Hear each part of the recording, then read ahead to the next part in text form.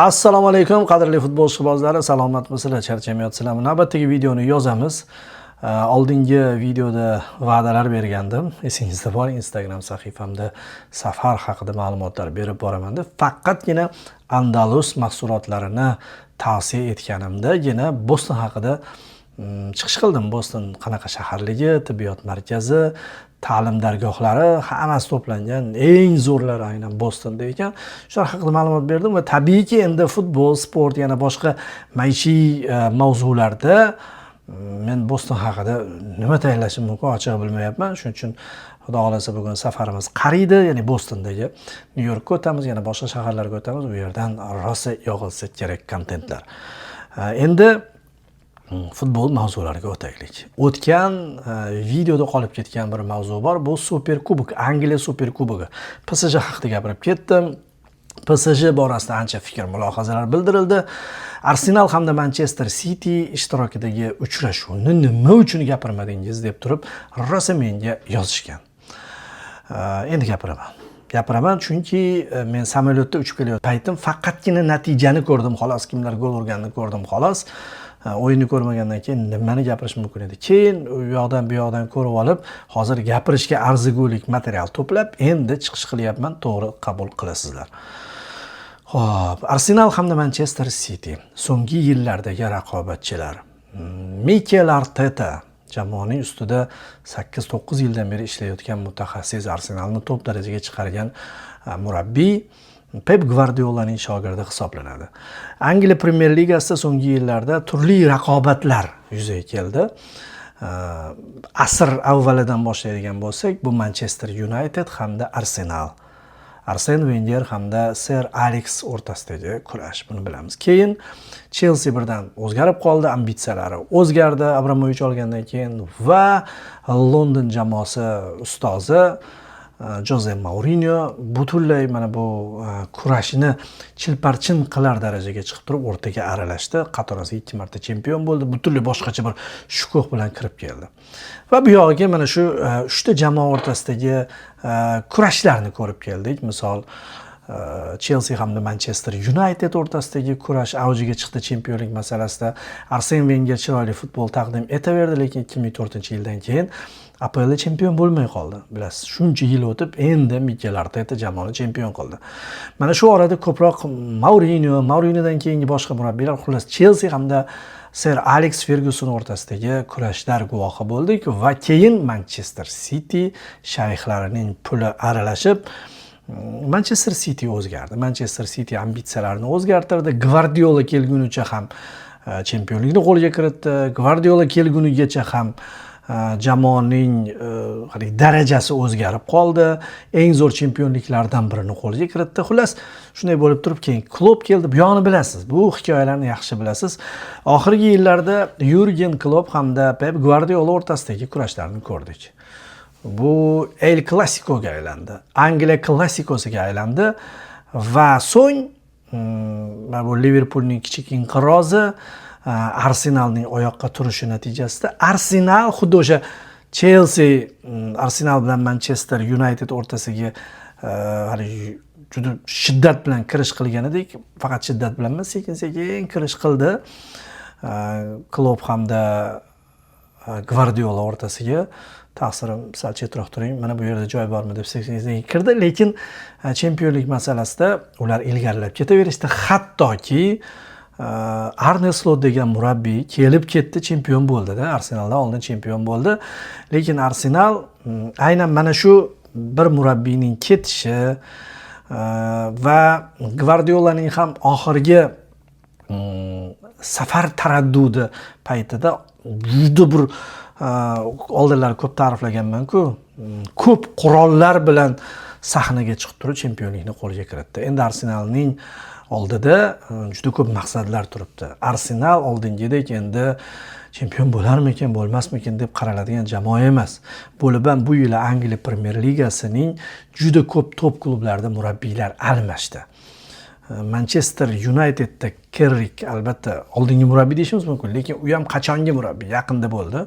bilasiz. Va jamoa ham o'zgarib ketyapti. Casemiro ketgandan keyin o'rta qanaqa bo'ladi? Juda ham qiziq savollar bor Manchester Unitedda. Chelsea Xabi Alonso keldi do'stlar va o'yin tomonlama Chelsea'ning agar o'yinlarini ko'rgan bo'lsangiz yoqimli. Xabi Alonso barzor murabbiy. Hatto Realda ham qisqa muddat ichida o'zining falsafasini ko'rsata oldi. Shuning uchun Xabi Alonso Chelsea'ni birinchi yilning o'zida gullatsa ajab emas. Ajab emas, men shaxsan ajablanmayman. Chelsea muxlislari o'rganib qolishgan, murabbiylar almashaveradi. Chelsea esa ora-orada baribir o'zini ko'rsataveradi, yulduzli harakatlarni namoyish etaveradi, ora-orada chempion ham bo'ladi va Chempionlar Ligasini ham yutib qo'yaveradi. Farqi yo'q. Kutilmagan murabbiylar bilan ham yutib qo'yaveradi. Biz bunga o'rganganmiz va hozir o'ta falsafasi kuchli mutaxassis keldi, yosh, ambitsiyasi zo'r, jamoani ham o'zining futboliga singdirishga harakat qilyapti va Realdan farqli ravishda bu yerda unga xalaqit beradigan futbolchilar yo'q chammamda. Yo'q. Chelsea yaxshi futbolchilarni jamlaydi, ko'p vingerlarni to'playdi, ammo juda ham Xabi Alonsoga qarshi chiqadigan darajadagi qaysar futbolchini olib ulgurmagan. Aytmoqchiman, Manchester United, Chelsea, Liverpool, Iraola bilan bilmadim hali nima qiladi. Iraola yaxshi murabbiy bo'lishi mumkin, lekin top jamoada hali ishlamagan. Buning boshqaruvi qanaqa bo'ladi? O'zimman klubdan keyin Arne Slot juda tez ketdi, juda tez ketgan mutaxassisdan keyin kelish azobi bor, yaxshigina unga vazifalar yuklatiladi. Keyin Liverpoolning transferi siyosati hozir o'rtada qolib ketgandek tuyulyapti.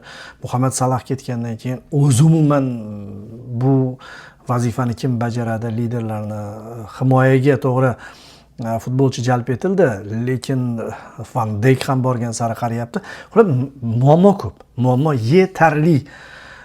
Demoqchimanki, Arsenal shunaqa bir pallada turibdiki, o'zi chempion bo'ldi, tamg'ani yechib tashladi, tog' ag'darildi yelkasidan va u bilan kurashadigan jamoalar, chempionlik uchun kurashadigan top jamoalar murabbiylarni almashtirdi. Va Manchester City uzoq yillardan beri bir murabbiyga o'rganib qolgan jamoa mana hozirda Maresca bilan faoliyat yurityapti. Maresca Chelsea'da zo'r ishlagan. Maresca Chelsea'ni o'zining falsafasi bilan yaxshi darajaga olib chiqdi. Juda tushgan paytidan olib chiqdi. Marescaning faoliyatiga hech qanaqa e'tiroz yo'q.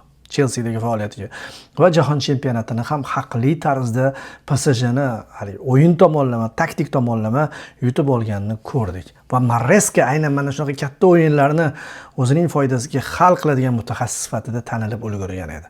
Shuning uchun men o'yindan oldin Maresca Arsenalga jiddiy muammo tug'diradi va o'yinni aynan Maresca o'zgartirib tashlaydi deb o'ylagandim, lekin hali to'pga Manchester City futbolchilari teginmasdan turib, bir 20 tacha pas berib turib, Calafiori gol urib qo'ydi.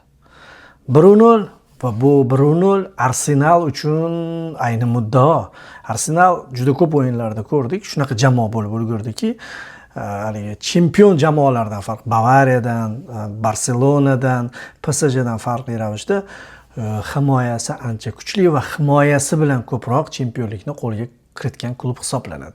Biz buni bilamiz. Endi Arsenalni boshqalardan farqi ham shunda deymiz, balanslashgan, orqaga qayta oladi. Offside holatlari kam bo'ladi Arsenalning darvozasi oldida. Yuqori liniya degan narsalar unaqa telbavor tarzda amalga oshirilmaydi. Shu tomondan bo'ldi, Arsenal o'ziniki qilib olishiga taxminan ko'zimiz yetgan edi va keyin yana ikkita ham gol urdi. Keyiniga Edegor, yana boshqa. Maresca yangi murabbiy ekanligini ko'rsatib berdi. Maresca jamoani tinchlantira olmadi. Shunaqa payti balkim Guardiola kerak bo'lgandi. Lekin bu narsa misol uchun Arsenal hamda Manchester City jamoalari o'rtasidagi farqni yuzaga keltiradimi deyilsa yo'q deymiz. Chunki chempionat uzoq vaqt davom etadi. Chempionatda har xil o'yinlar bo'lib o'tadi va Super Kubok faqatgina Arsenalning muxlislari, Arsenalning futbolchilari, Arsenalning murabbiylar shtabiga yaxshi ma'noda ta'sir qiladi. Chunki men hatto bir ma'lumot ham yozgan edim, Arsenalni kallasi ishlasa shu o'yinni yutqazish kerak, chunki 17 bora Super Kubokni yutgan paytlari mavsumni chempionlik bilan yakunlay olmagan ekan. o'sha 30-yildan beri 1930-yildan beri 100 yil bo'ladi yaqinda. 100 yildan beri Superkubokni Arsenal yutsa, chempionatni yuta olmas ekan. Lekin hozir vaziyat unaqa emas. Bir kun an'analar ham yo'qqa chiqish kerak.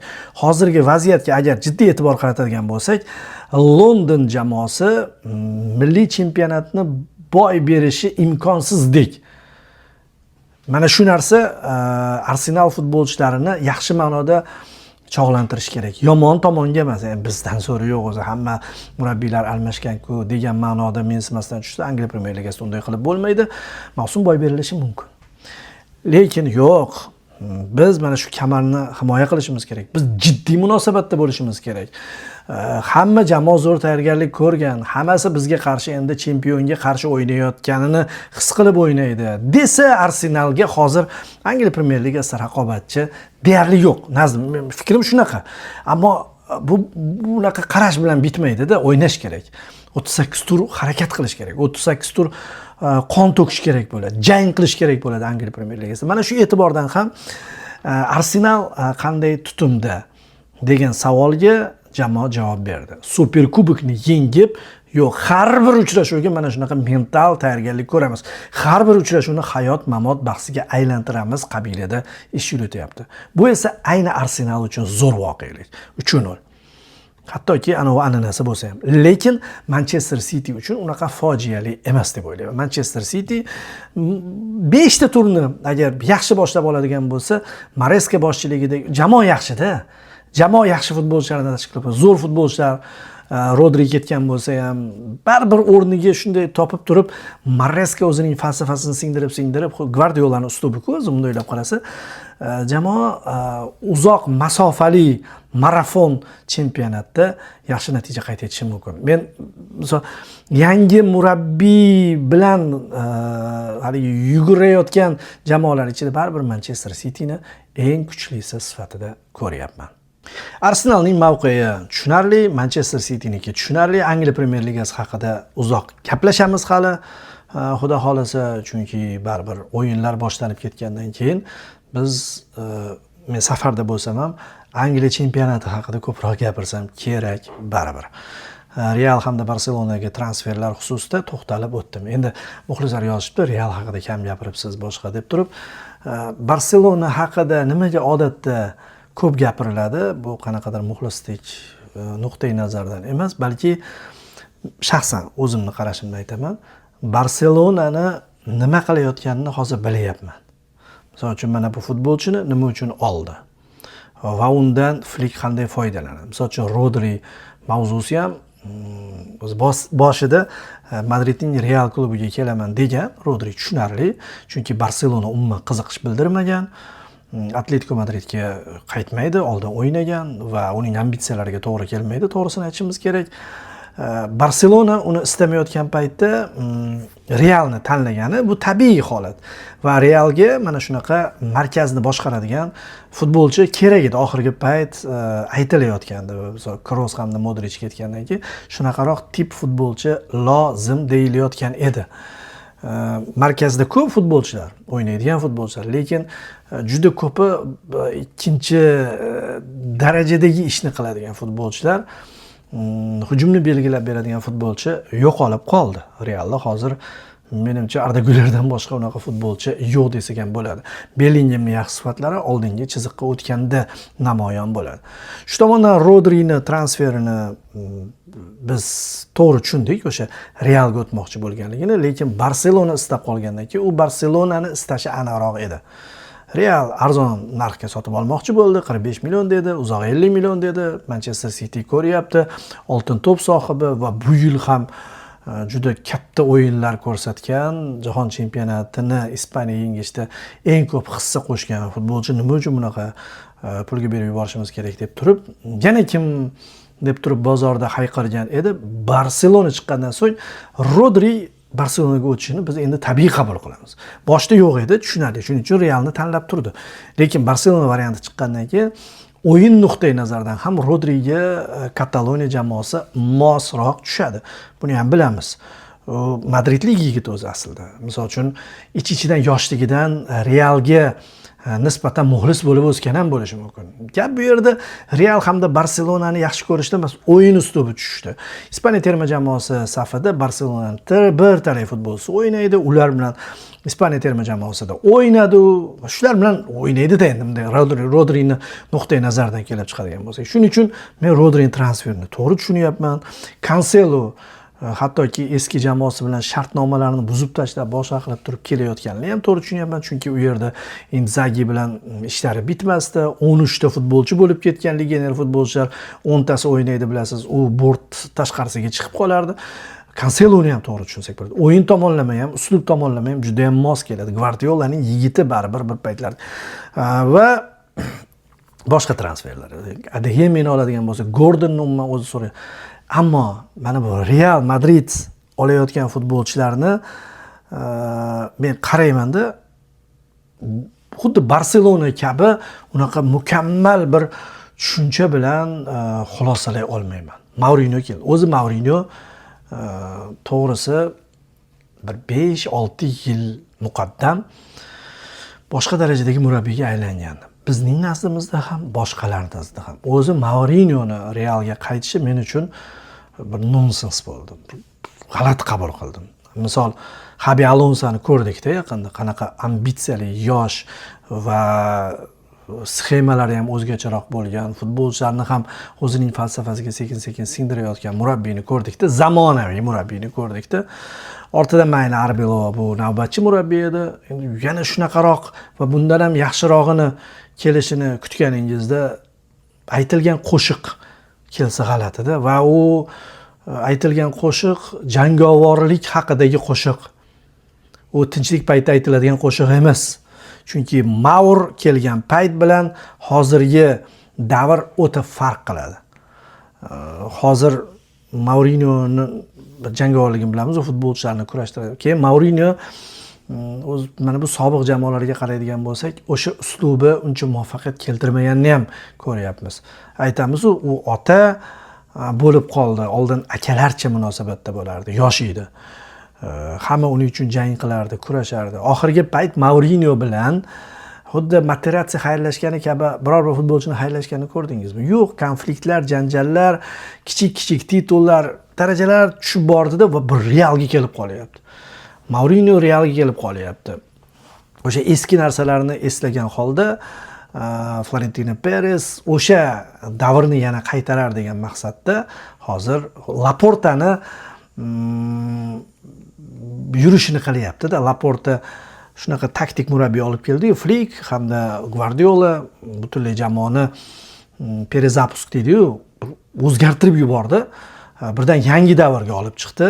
Unisi Messi bilan bo'lgan edi va bu Messisiz davrni ancha yurgizib yubordi. Flickni ko'rdik, yuqori liniyasi yana boshqa futbol. Ammo Mourinhoda futboldan tashqaridagi narsalarda ko'proq, agar Maur haqida gapiradigan bo'lsak, uning futbolchilarga beradigan motivatsiyasi, futbolchilarning jangovorligi, jismoniy tomondan futbolchilarni otga aylantirishi, matbuot anjumanlarini yondirib berishi, qirpichoq. El Clasico janjal bo'lar. El Clasicoda yana bir narsalar bo'lib ketar, lekin bu bilan ish bitarmikin-da. Hozir Barselona futbolchilari oldingi Barselona futbolchilari kabi ham emas-da. Sal boshqacharoq. Bular asosan ispaniyalik futbolchilar, liderlari ham ispaniyalik futbolchilar, Rodri ham ispaniyalik futbolchi. Bular konfliktga yurishmaydi. Ular provokatsiyaga uchishmaydi. Va bu paytda Mourinhoning mana shu istalgan uslubi foyda keltiradimi yoki yo'qmi degan savol bor o'zimda. Misol uchun Maur haqida agar savollar beriladigan bo'lsa javobim yo'q. Uni endi hozir tuzayotgan futbol haqida nima deyish mumkin? Deyam endi zo'r, menimcha uni qanaqadir qaysidir joyini to'ldirish uchun usluban Mourinho mana bu nuqtai nazardan jamoaga olib kelyapman degan uchun emas, balki jahon chempionati porlaganligi uchun olishyapti. Ha, zo'r futbolchi, Viniciusga o'xshagan futbolchi, bu qanotni yondirib beradi. O'ng qanot anchadan beri muammo Realda. Rodrigo darajasi tushgandan keyin o'ng qanotni hech kim to'ldira olmadi. Rodrigo ham o'zi aslida chap qanot futbolchisi bo'lib kelgan edi. Vinicius bilan birgalikda chap tomonda Mbappe bor, bu bor. Diamandeni nisbatan mana shu o'yin tomondan yugurishini bilamiz va qarshi hujumlarga tayanib o'ynashini bilamiz. Jude Bellingham hujumchi ortida yaxshi o'ynay olishini bilamiz. Hali hujum chizig'iga sof hujumchi olib kelinmadi. Misol uchun Kylian Mbappe o'ynasa kerak yana. To'g'ri, misol uchun himoyaga baquvvat futbolchilar olib kelindi. O'sha Maurning uslubiga, Maurning taktikasiga, Maurning yondashuviga mos tushadigan futbolchilar kelganligini ko'ryapmiz. Rudiger yaxshi formada emas va Kukurela keldi. Mana shu Kukurela transferini ham men faqatgina Real chap qanotni kuchaytirish niyati ekanligi bilan izohlayman xolos. Ya'ni Mourinhoni shunday sahnadan olib tashlasangiz ham ishoning, chap qanotga Kukurelani olib kelsa, nima ish qilishini taxminan bilasiz, bo'ldi.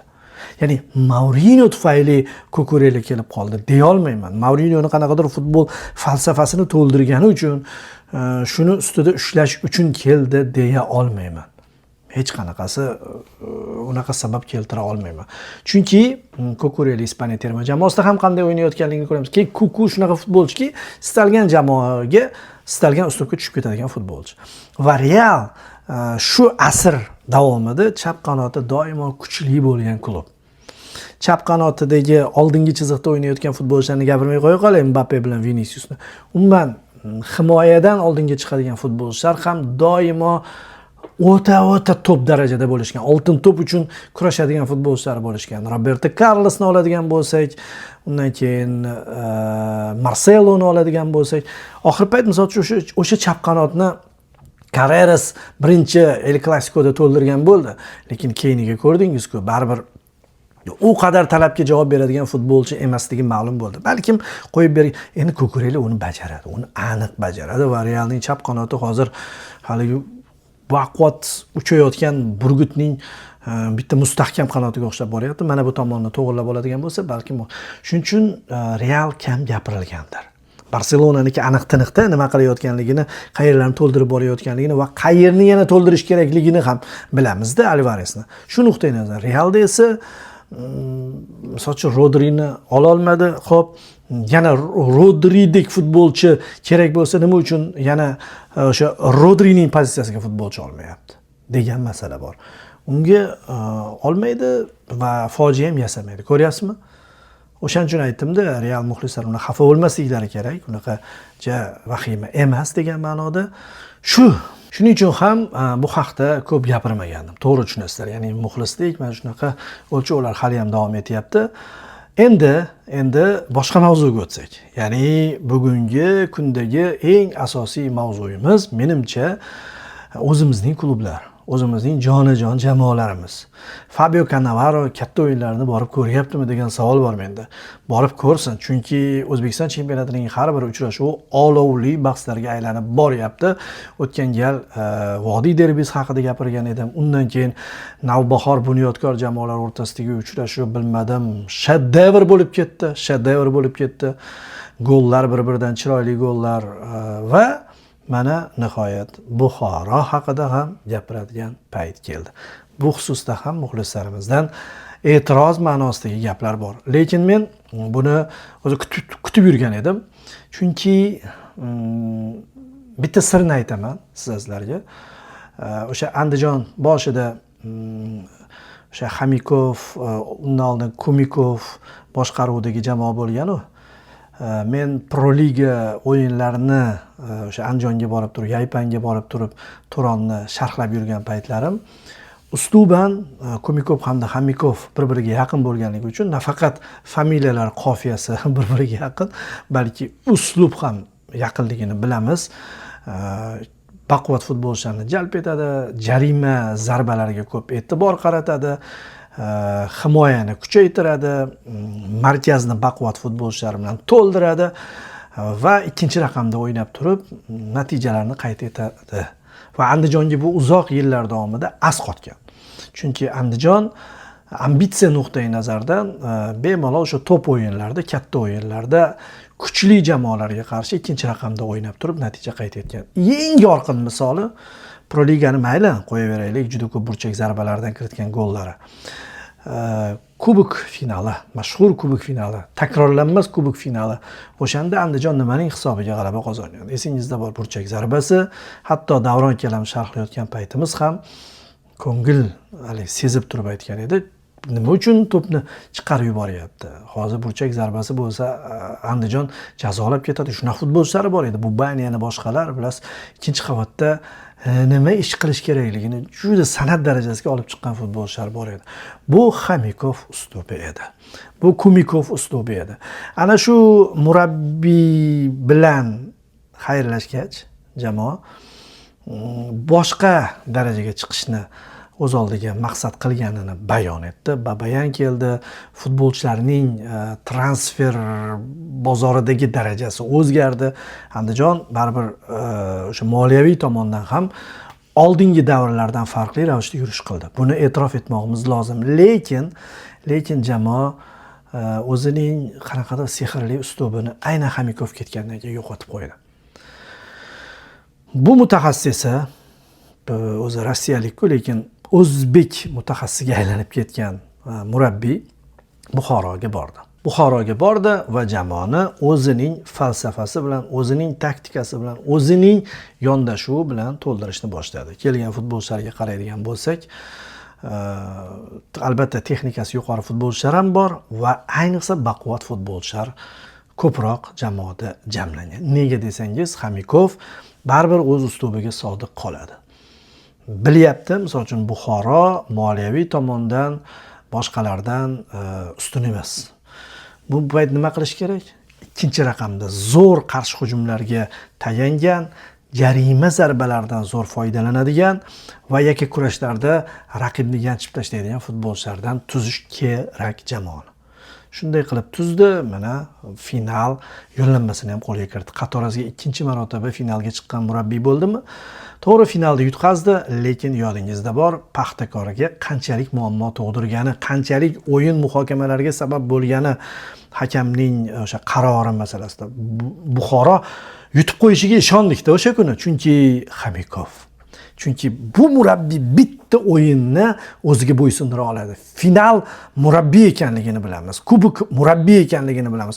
Bunaqa murabbiylar o'zi bilan teng, o'zidan past jamoalar bilan ochko qo'lga kiritmasligi mumkin uzoq marafonda. Lekin katta jamoalar bilan o'ynaganda, ikkinchi raqamda o'ynagan paytida yetarlicha muammo tug'dirib, bemalol g'alaba qozonish mumkinligini tushungan edik. Xamikov finalda yutqazgan bo'lsa ham muxlislar mehrini o'ziga qaratdi va chempionatni furor bilan boshladi.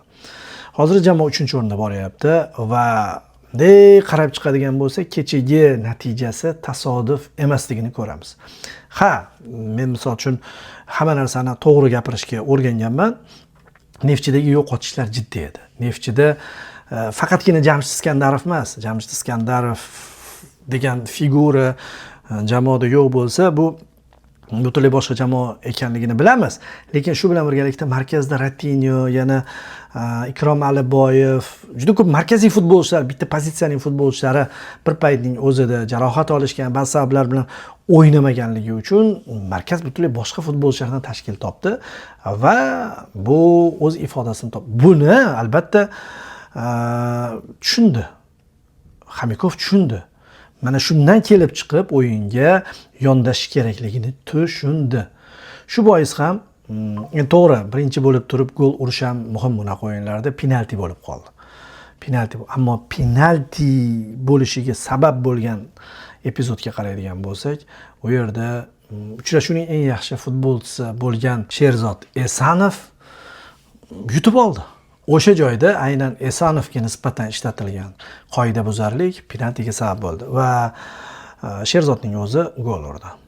O'zbek Bellingemi deb to'g'ri ta'rifladi bir hamkasbim. Ushbu futbolchini harakatlariga qaraydigan bo'lsak, bu yili eng yaxshi mavsumini o'tkazyapti va Fabio Cannavaro uni menimcha endi chaqirishga majbur. Kerakmidi senga mana shu hujumchi ortida o'ynaydigan futbolchi va markazni ham bemalol to'ldirib bera oladigan, kerak paytda yolg'on 9lik bo'lib turib hujumga chiqadigan iste'dodli futbolchi kerakmidi? Yosh futbolchi kerakmidi? Fabio marhamat, mana bu Sherzod Esanovni bir ko'rib qo'ying deyotgan bo'lsa ajab emas. Esanov eng yaxshi mavsumini o'tkazyapti. Bitta statistika ham chiqdi. 75 ta uchrashuvda 7 ta gol urgan ekan. 4 ta klubda o'ynab, Andijonda ham o'ynagan, bilasiz, juda ko'p jamoalarda o'ynagan. 75 ta o'yinda 7 ta gol urib, hozirda 17 tami o'yinda 8 ta gol urib bo'ldi. Va u gol urgan o'yinlarda jamoasi deyarli har doim natija qayd etyapti. Faqat OKMK bilan bo'lgan uchrashuvda olmaliqliklar kambek qilib ketdi. Umuman Buxoro har bir uchrashuvga alohida jamoadan kelib chiqib, raqib jamoadan kelib chiqib tayyorgarlik ko'rayotganini kuzatyapmiz. Kecha raqibni tarkibida yo'qotishlar bor, ha bilamiz, lekin Neftchi shunaqa moliyaviy baquvvat jamoaki, ikkinchi zaxiradan tushadigan futbolchilari bilan ham muxlislarga g'alaba taqdim etish kerak. Shunaqa ambitsiyaga ega, shunaqa sarf xarajat qilinyapti, shunaqa futbolchilar olib berilgan. Shundan kelib chiqib Buxoro juda to'g'ri munosabatda bo'ldi va birinchi golni, eng kerakligi birinchi golni urib oldi. Penaltidan gol urib oldi. Neftchi javob berishga rosa harakat qildi va oxirida kiyim almashtirish xonasiga chiqishda gol urdi. Javob berdi. Bu javobi albatta buxoroliklarga jiddiy ta'sir o'tkazishi kerak edi. Bunday o'ylab qaraganimda, chunki futbolda shunaqa gap bor-ku, razdevalkaga gol bilan chiqib ketish ruhiy tomondan gol urgan jamoani yuksaltiradi, gol o'tkazib yuborgan jamoani esa tushkun holatga olib keladi. Teskarasi bo'ldi. Shuni tushgan zahoti biz Bostondan shahar tashqarisiga chiqib ketayotganimizda YouTube'da ko'rib ketdik. Darhol gol urdi. Darhol, ya'ni bizga o gollaring ta'sir qilmadi qabilida shunaqa har bir epizoddan maksimal 6 tadan 4 ta zarba yo'llab, shu 4 tasini ham golga aylantiryapti-da. Shunaqa yuvelir foydalanyapti epizoddan. Chunki shunaqa o'qitilgan, shunaqa tushuntirilgan, bu Neftchi deyilgan, baribir Neftchi deyilgan. Senlar o'sha vaziyatni uvol qilmasliklaring kerak deb turib miyaga singdirib tashlangan. Rodic fantastik o'yin ko'rsatyapti, Modric deb yuborishdi, Trivela paslari bor ekan, Trivela gollari bor ekan, oldin ham urib yurgan ekan. Mayli, Rodic oxiri nuqta qo'ydi, lekin ungacha Esonov aynan mana shu burchak zarbasidan ikkinchi golni kiritganida biz Xamikovni tanidik. Ya'ni bu jamoa rostdan ham murabbiy jamoasi. Bu jamoani mana shu 1,5 yil, 2 yilda juda bir tobiga yetishtirib, maydonga jangovar ruhda tashlayotgan murabbiyga respektlar degan bo'lardim. Ha, menimcha hozir qo'llovam bor. Juda ko'pchilik aytayapti-yu, misol uchun moliyaviy tomondan inqirozga uchragan juda ko'p klublarni ovozi chiqyapti, lekin Buxoro hech ham noliganini eshitmadik deb turib. Qo'llov bo'lyapti menimcha. Juda bir informatsiyam yo'qligi uchun bir narsa deya olmayman. E'tirozlardan bilamizda, pulsizlik bir qaysidir futbolchini gapirtirib yuboradi. Buxoroda u narsa yo'q. Demak, yaxshi. Jamoa unaqa moliyaviy tomondan ham baquvvat emas. Bunaqa payt nima qilish kerak? Bunaqa payt murabbiyga tayinlaverish kerak. To'g'ri murabbiyni tanlash kerak, keyin o'sha murabbiyga hamma narsani topshirib qo'yish kerak. Xamikov shuni qilyapti va mana jamoa unga quloq solib turib, butunlay yangi qirralarni ham ochyapti. Birinchisi penaltidan, ikkinchisi burchak zarbasi. Esingizga tushmayaptimi Andijondagi voqealar? Ya'ni 2-1dan keyin hammasi o'zgarib ketdi. Razdevalkaga gol urib turib chiqib ketgan jamoaga razdevalkadan chiqib turib urilgan gol qanaqa ruhiy, agar ruhiy tomondan men bunaqasi bo'lib turgan bo'lsa, hozir teskarisi bo'lib ketib, Neftchini o'sha joyda menimcha knockdown holatiga olib keldi. Knockout keyinroq bo'ldi. Va endi baribir hali yo'q futbolchilar, kreativ futbolchining ayniqsa yo'qligi butun o'yin davomida sezilib turdi. Jamshidni to'g'risi, Jamshid siz Neftchi boshqa jamoa. Va alal-oqibat keyingi gol ham bo'ldi, vaziyatlardan foydalanib Neftchi ruhan tushdi. Oxirida ham hujumga chiqib ketgan paytida chiroyli gol urib olishdi. 4-1 hisobi qayd etildi. Hozir Neftchi jamoasi 10 ta gol o'tkazibdi milliy chempionatda. Shuni 5 tasi yarmi Buxorodan. Yarmini Buxoro jamoasi vakillari urishgan. Buxoro bu mavsum Paxtakordan ham ochko oldi. Uyida kimga? Faqatgina Paxtakor yutqazish shekilli. Boshqa o'yinda Paxtakordan ham ochko oldi. Hammaga muammo tug'diryapti. Top jamoalar, misol uchun Neftchi yuqori 5lik bilan o'yinlarga qaraydigan bo'lsak, zo'r emas. Asosan pastda navbatchi o'yinlarda juda ko'p ochkolarni qo'lga kiritgan, yetarlichalik o'zib ketish uchun. 5 talik jamoa bilan o'yinlarda 10 ochko olgan, adashmasam 10 ta o'yinda har bir uchrashuvga bittadan ochko to'g'ri kelyapti-da, ya'ni yo'qotishlar, duranglar ko'p. Shu tomondan hozir bu uchrashuv nima uchun bu o'yinga ko'p to'xtalib o'tyapman? Buxoroga avvalambor olqishlar bildirish uchun. Buxoro qaysi tomonga qarab ketyapti? Ikkinchidan esa men ijtimoiy tarmog'imda bitta gap yozdim. Telegramda e'tibor bergan bo'lsangiz, endi o'shani izohlayman. Buni ko'pchilik o'sha paytda bir Buxoroni maqtab qo'yyapti deb tushungan bo'lishi mumkin. Yo'q, buni izohi bor edi. Men aytdimki, Buxoro bu yerda chempionlik intrigasini yuzaga keltirish uchun, intrigasini saqlash uchun o'ynamayapti. Ya'ni Paxtakor bilan Neftchini farqi kattarib ketmasligi uchun emas, balki o'zi uchun o'ynayapti. O'zi kamida 2-o'rinni olish uchun o'ynayapti degandim. Endi nima uchun kamida 2-o'rin deganman do'stlar? Ochkolar farqini ko'rib turibsiz. Unaqa katta emas. Endi bu yoqqa ketadigan bo'lsak va birinchi marotaba kamdan kam kuzatganim, milliy chempionatimizda 1 hamda 2-o'rinda borayotgan jamoalar ayni mana shu kuzga kirish arafasida bir xil juda og'ir taqvim bilan elit ligasida o'yinlarni o'tkazishadi. Paxtakor hamda Neftchi o'ynaydigan o'yinlar bu O'zbekiston terma jamoasining jahon chempionatidagi guruhidan da og'irroq, ishoning. 5 tadan Saudiya Arabistoni jamoasi bilan o'ynayaptimi? Shuni o'zi yetarli. Vaqt muddatlarini qarang-da. Shularning orasida milliy chempionatda Paxtakor ham, Neftchi ham ochko yo'qotmaydi deb o'ylaysizmi? Ochkolar yo'qotishi mumkin, jarohatlar bo'lishi mumkin. Baribir borini berib o'ynaydi jamoa. Qaysidir o'yinda ochko qo'lga kiritish uchun, muxlislarni xursand qilish uchun, Ronaldoga qarshi o'ynayotganligini bir ko'rsatib qo'yish uchun bar Paxtakor ham, Neftchi ham mana shu o'yinlarda borini berib harakat qiladi va o'tgan yilgi Nasafning holatiga tushib qolishi mumkin deb o'ylayapman. Bittasi hech bo'lmasa, ikkitasi bo'lishi ham mumkin, lekin kamida bittasi elit ligadagi o'yinlari natijasida chempionatning ko'p o'yinlarini boy berishlari mumkin va bundan faqatgina milliy chempionatda o'ynayotgan Buxoro nega foydalanmasligi kerak? Faqatgina milliy chempionatda o'ynayotgan Navbahor nega foydalanmasligi kerak? Shuning uchun elit ligasi o'yinlari hozir ayni mana shu chempionlik intrigasida ketayotgan bosh jamoalarimizga, o'sha ikkita jamoaga jiddiy ta'sir o'tkazishi mumkin. Shuning uchun Buxoroning bu g'alabasi faqatgina Neftchini to'xtatib qolish emas, balki o'zini ham shu Neftchiga, Paxtakorga yaqinlashishi uchun ham zarur edi. Shu boisdan ham bu o'yinni 6 ochkolik, 9 ochkolik, balkim chempionlik masalasini hal qilgan o'yinlardan biri sifatida e'tirof etsak bo'ladi. Qoyil Xomikov, qoyil Buxoro. Hozir bir qator o'yinlar bo'lib o'tadi.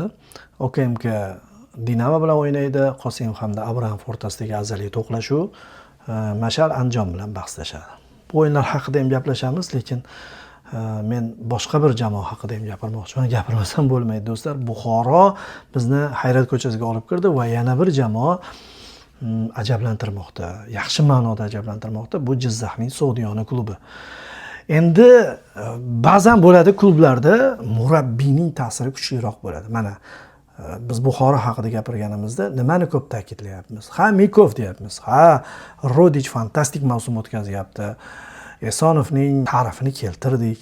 Gap yo'q futbol. Lekin murabbiy hisobiga ana shu futbolchilar yaxshi o'ynayotganligini aytyapmiz. Lekin ba'zi klublarda bo'ladi, ha, murabbiyning ta'siri bo'ladi, murabbiyning sxemasi bilan ishlashadi, murabbiy foizi bo'ladi-yu, lekin bir futbolchi haddan tashqari jamoaga ta'sir qilayotganini ko'nglingiz sezadi-da va bu Sog'diyonada kuzatilyapti. Bu Lupchadoriyev. Qayerdan kelib qoldi bu futbolchi degan masala bor. Birinchi o'yinini men sharhlaganman, esimda. Futbolchiga ham o'xshamagan, bir boshqacharoq harakat qilgan va hozirga kelib turib o'zi O'zbekistonga kelib o'ynayotgandan beri Lupchadoriyev eng ko'p gol urgan futbolchiga aylanibdi. Katta farq bilan o'zib ketgan, oldinga chiqib ketgan.